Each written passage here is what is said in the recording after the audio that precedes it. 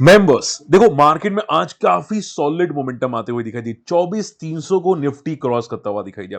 लेकिन देखो, हम लोग एक्सपेक्टेड कर रहे थे कि मार्केट में फॉल कंटिन्यू रह सकता है या साइडवेज रह सकते हैं। तो ऐसा तो क्या हुआ कि मार्केट में काफी तगड़ी मोमेंटम आती हुई दिखाई दी। ठीक है, बहुत सारे फैक्टर्स है, हम लोग वन बाय वन डिस्कस करेंगे। क्या वार खत्म हो चुकी है, क्या मार्केट यहां से और मोमेंटम करेगा, हम लोग सब कुछ डिस्कस करने वाले हैं। ठीक है, आपकी कोई क्वेरी रहती है कॉमेंट जरूर कीजिएगा।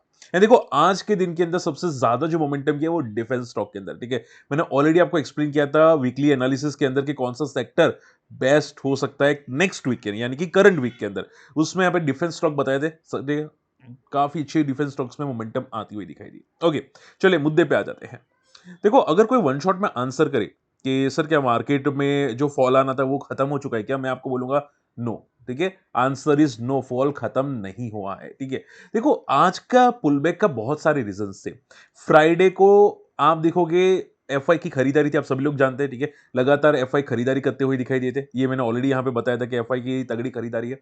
उसके अलावा रिलायंस की जो रिजल्ट है उसमें ब्रोकरेजेस हाउस, ठीक है, काफी तक बुलिश है। आप देख सकते हैं यहाँ पे रिलायंस आपको जंप करता हुआ दिखाई दिया, एंड आईसीआईसीआई बैंक जंप करता हुआ दिखाई दिया, बहुत सारे कंपनीज जंप करती हुई दिखाई दी। ब्रोकरेजेस हाउस को रिलायंस ने यहाँ पे देखोगे आउट परफॉर्मिंग टारगेट दिया है। ठीक है, रिलायंस के टारगेट आउट परफॉर्मिंग दी है और आज रिलायंस डी हाई के आसपास क्लोज होता हुआ दिखाई दिया।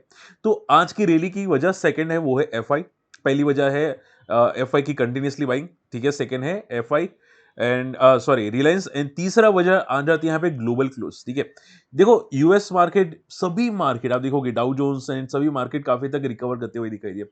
रशिया चाइना का सॉरी यूएस चाइना का टेंशन खत्म होता हुआ दिखाई दिया। ठीक है, तो इन शॉर्ट में ग्लोबल शांत हो चुके हैं, एफआई वापस खरीदारी कर रहे हैं। ठीक है, एंड रिलायंस का अच्छी रिजल्ट है। एंड चौथा इंपॉर्टेंट पॉइंट के भाई जो वीकेंड में न्यूज आने वाली होनी चाहिए थी कि भाई इंडिया कोई अटैक कर सकता है, सर्जिकल स्ट्राइक कर सकता है या कोई बड़े कदम उठा सकता है। ठीक है, जिसकी वजह से मार्केट में पैनिक था फ्राइडे को। ठीक है, वो कोई भी कदम आता हुआ नहीं दिखाई दिया। ठीक है, देखो जिनको नहीं पता है बताना चाहूंगा, जो अभी इंडस वाटर ट्रीटी जो यहाँ पे रोकी गई थी ना, ठीक है, तो अचानक क्या हुआ कि भाई इंडिया ने पानी छोड़ दिया तो पाकिस्तान के अंदर बाढ़ आ गई। ठीक है, तो आप ये समझो कि देखो इंडिया ने कोई डैम बनाया नहीं है। ठीक है, इंडस वाटर ट्रीटी जो यहाँ पे आप बोलते हैं कि पानी को ब्लॉक कर दिया गया, रिवर को ब्लॉक कर दिया गया, तो रिवर ब्लॉक सिर्फ डैम के थ्रू हो सकती है। जनरली 99% तो डैम के थ्रू हो सकती है, लेकिन वहां पे डैम कोई था नहीं, तो यहाँ पे पानी को रोटेट कहां पे कर सकते थे, तो उन लोगों ने क्या किया, टेम्पररी ब्लॉक किया, लेकिन उसके बाद में वापस छोड़ दिया गया, जिसकी वजह से पाकिस्तान में बाढ़ आ गई। ठीक है, तो उल्टा जो भी कदम उठाए थे वो यहाँ पे थोड़े बहुत वापस करते हुए दिखाई दिए इंडिया ने, जिसकी वजह से आपको देखोगे यहाँ पे ज्यादा मार्केट में पैनिक नहीं हुआ और इंडिया वापस ऊपर जाता हुआ दिखाई दिया, यानी कि निफ्टी वापस ऊपर जाता हुआ दिखाई दिया।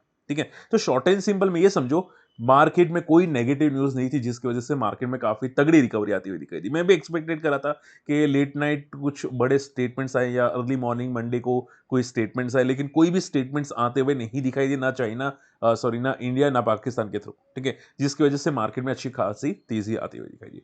लेकिन देखो, इसका मीनिंग ऐसा तो थोड़ी है कि भाई कोई स्टेटमेंट्स नहीं आए, इंडिया की तरफ से कोई स्टेटमेंट नहीं है, पाकिस्तान के स्टेटमेंट नहीं है, तो इसका मीनिंग नहीं है कि भाई वार खत्म हो चुकी है। ठीक है, इंडिया कुछ बड़ा करने वाला है, ऐसे मैंने यहाँ पे न्यूज सुनी है। ठीक है, आप देखो, समझो बात को, देखो यहाँ पे फोकस करना, मैं जो डेटा आपको बताने वाला हूं। अभी इंडिया ने फ्रांस के साथ यहाँ पे एक बहुत बड़ी डील साइन की है, 63,000 करोड़ के डील साइन की है। 26 रफेल मरीन एयरक्राफ्ट खरीदे गए हैं।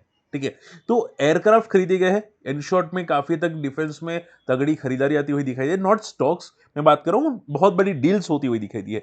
तो ऐसा लग रहा है कुछ तगड़ा हो सकता है, लेकिन कब होगा कहना मुश्किल है, हो सकता है सरप्राइज अटैक हो। ठीक है, तो मार्केट में सरप्राइज फॉल आ सकता है, आप ये समझो। मैंने ऑलरेडी कल लाइव आया था मैं, आप जो लोग लाइव नहीं आते रहे, संडे को मैं जनरली लाइव आता हूँ। ठीक है, 9 सवा 9 के बजाय आसपास, तो आप देखोगे मैंने क्लियर कट मेंशन किया नेक्स्ट 30 दिन के अंदर कुछ बड़ा होने वाला है। ठीक है, तो आप ये समझो अगले 30 दिन के अंदर कुछ बड़ा हो सकती है, सरप्राइज हो सकता है, और उस टाइम पे सरप्राइज फॉल आ सकता है। अब वो एग्जैक्टली कौन से दिन होगा कहना मुश्किल है।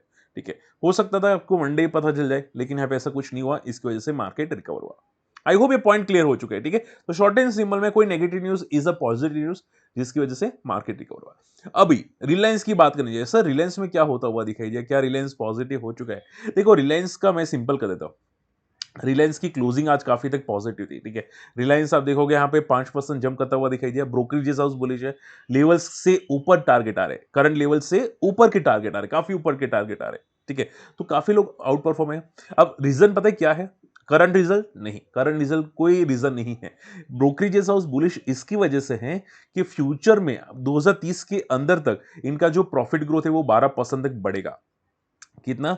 12% तक बढ़ेगा। अभी कितना प्रॉफिट ग्रोथ है? 2%, 3% के आसपास, ठीक है। वो 12% बढ़ सकता है। अब यहाँ पे मैंने कहीं पे लिखा नहीं है, लेकिन मैंने डिटेल चेकआउट किया तो 12% बढ़ा है, जिसकी वजह से फ्यूचर में, तो इसकी वजह से स्टॉक में आज से मोमेंटम आने स्टार्ट हो चुके हैं, फ्यूचर ग्रोथ पॉजिटिव होने की वजह से, ठीक है। अब देखो स्टॉक की क्लोजिंग काफी अच्छी है, तो हो सकता है स्टॉक यहाँ से थोड़ा और मोमेंटम करता हुआ दिखाई दे, लाइफ हाई के नजदीक आपको जाता हुआ दिखाई दे, ठीक है। तो आप इसको रडार पे रखना चाहते हैं, रख सकते हैं रिलायंस को। और वैसे भी जब रिलायंस बॉटम पे था, हम लोगों ने काफी तक डिस्कस किया था कि आपको हमेशा याद रखना चाहिए कि मंथली चार्ट पे जब भी 40 आरएसए के आसपास हो कोई भी स्टॉक, ठीक है, उसमें जरूर रडार पे रखो। उस टाइम पे रिलायंस था 1200 आसपास, रिलायंस आपको दिखाई दे रहा था। आज रिलायंस देखो कहां पे ट्रेड करता हुआ दिखाई दे। तो हमेशा याद रखो कि मंथली चार्ट पे आपके निफ्टी के इंपॉर्टेंट स्टॉक्स, जो भी निफ्टी के इंपॉर्टेंट स्टॉक्स है, मंथली चार्ट पे 40 आरएसए के आसपास हो, ठीक है, वहां पे आपको जरूर सोचना चाहिए आपको स्टॉक्स को लॉन्ग टर्म के लिए, मिड टर्म के लिए, ठीक है, क्योंकि वो काफी तक बेनिफिट कर सकता है, ठीक है। तो रिलायंस में काफी अच्छी मोमेंटम थी, न्यूज अच्छी है, रिजल्ट एवरेज है, लेकिन फ्यूचर अच्छा है, इसकी वजह से भागता हुआ दिखाई दिया है। बात नंबर 2, पॉइंट नंबर 2, अभी देखो इंडिया पाकिस्तान में जो तनाव बढ़ रहा है, उसकी वजह से डिफेंस स्टॉक्स में मोमेंटम थी, जो मैं वीकली एनालिसिस में एक्सपेक्टेड करा था। हालांकि मंडे मोमेंटम आ गई, ठीक है, मैं इतनी जल्द एक्सपेक्ट नहीं कर रहा, मैं सोचा था कि भाई मंगलवार बुधवार को आएगी, लेकिन ये पहले आ गई। तो आज देखोगे सबसे ज्यादा जो मोमेंटम किया है वो है HAL, data patterns, Cochin shipyard, garden ship builders. आप देखोगे वो सभी 8 से 9% तक आपको मोमेंटम करते हुए दिखाई दिया, ठीक है। अब ये पॉइंट आता है कि सर क्या क्या क्या डिफेंस में रियली सस्टेनेबल रह सकती है, ठीक है, सिंपल क्वेश्चन ये आता है। तो देखो मैं बता चुका हूं, मैंने आई थिंक बीच में भी जब लाइव मैंने लिया था 1-2 वीक पहले, तभी बताया था कि डिफेंस में आप रडार पे रख सकते हैं डिफेंस को, ठीक है, कुछ हो सकता है पॉजिटिव। एंड अभी भी कुछ डिफेंस स्टॉक्स ऐसे जो ब्रेकआउट मोड पे पहुंच चुके हैं, लाइक माजगन डॉक हो जाता है, या एचएल हो जाता है, या बहुत सारे स्टॉक्स है, ठीक है, लेकिन मोस्टली सेव ज्यादातर बेटर एंड क्वालिटी स्टॉक जो हो जाते हैं वो एचएएल हो जाता है, ठीक है, हिंदुस्तान एरोनॉटिक जो क्वालिटी बेसिस पे हो जाता है, एंड गार्डन शिपबिल्ड, कोचिन शिपयार्ड हो जाता है, ठीक है, आप डेफिनेटली रडार पे रख सकते हैं।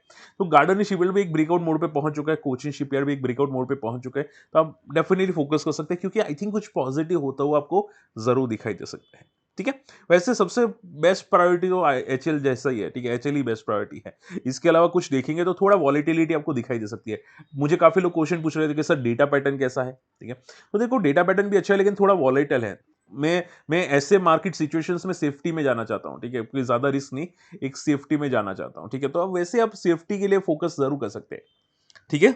चलिए उसके अलावा अगर हम लोग बात करने जाए, तो इन शॉर्ट में डिफेंस में थोड़ी मोमेंटम कंटिन्यू रह सकती है। ऐसा नहीं कि कल के कल रहेगी, कल हो सकते हैं थोड़े वॉलेटाइल हो, लेकिन इन शॉर्ट में कंटिन्यू रहने की उम्मीद है डिफेंस सेक्टर्स में।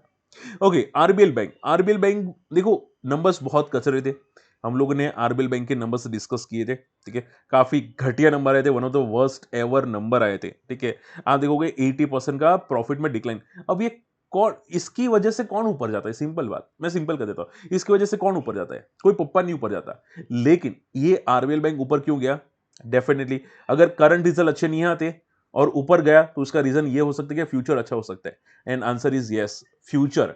आप देखोगे कि बहुत सारे ब्रोकरेजेस हाउस, यहां पे लिखा है देखो, आरबीएल बैंक यहां पे ऊपर गया, उसका रीजन है कि बहुत सारे ब्रोकरेजेस हाउस एक्सपेक्टेड करे कि नेक्स्ट ईयर से, नेक्स्ट फाइनेंशियल ईयर से इनका रिटर्न ऑन एसेट आप यहाँ पे बढ़ता हुआ दिखाई दे सकते हैं, इंप्रूव होता हुआ दिखाई दे सकता है, ठीक है, इनकी एसेट क्वालिटी इंप्रूव होती हुई दिखाई दे सकती है, इनका ग्रोथ इंप्रूव होता हुआ दिखाई दे सकता है आरबीएल बैंक का, जिसकी वजह से आपको आरबीएल बैंक ऊपर जाता हुआ दिखाई दिया, ठीक है। तो इन शॉर्ट में जो खराब चीजें थी वो आरबीएल बैंक के साथ हो चुकी है, अब यहां से अच्छी बात होगी, ऐसा न्यूज आ रही है, बात समझ में। लेकिन पॉइंट ये आ जाते, चलो मान लो सर बात तो समझ में आ गई, लेकिन क्या सस्टेन करेगा? आई एम श्योर आपके सिंपल क्वेश्चन ही होते हैं, बहुत सारे लोग के सिंपल क्वेश्चन होते हैं, क्या सस्टेन करेगा? मैं भी सिंपल आंसर कर देता हूं, स्टॉक ने डी हाई पे सस्टेन किया है, क्लोजिंग दी है डी हाई पे, विच मींस सस्टेन करेगा, ठीक है, सिंपल आंसर है, ठीक है। हमेशा याद रखो कि रिजल्ट के बाद अगर स्टॉक डी हाई पे क्लोज करता है, ठीक है, और मिनिमम 5% की मोमेंटम होती है एंड डी हाई पे क्लोज करता है, तो आंसर इज यस, वो सस्टेन करेगा। ये आप कोई भी स्टॉक के साथ कनेक्ट कर सकते हैं, याद आया, ध्यान से सुनो, कोई भी स्टॉक के साथ कनेक्ट कर सकते हैं। तो इन शॉर्ट में आरबीएल बैंक चांसेस तो है ये सस्टेन रह सकता है, और यहां से थोड़ा बहुत पॉजिटिव रहने की उम्मीद दिखाई दे रही है आरबीएल बैंक पे, ठीक है, तो टेंशन लेने की जरूरत भी नहीं है आरबीएल बैंक के अंदर। देखो मैं हमेशा बोलता हूं, आप मुझे काफी लोग बोलते हैं कि सर आपने बोला था कि आरबीएल बैंक का रिजल्ट नेगेटिव, ये तो गिरना चाहिए था। भाई फ्यूचर कमेंट्री किसी ने पॉजिटिव बोल दी, ठीक है, इसका फ्यूचर एक्सपेक्टेशन किसी ने पॉजिटिव बोल दिया, ठीक है, तो उसकी वजह से भाग गया स्टॉक। ठीक है, तो हमेशा ये ध्यान में रखो कि current result plus future expectations भी कनेक्टेड होते हैं।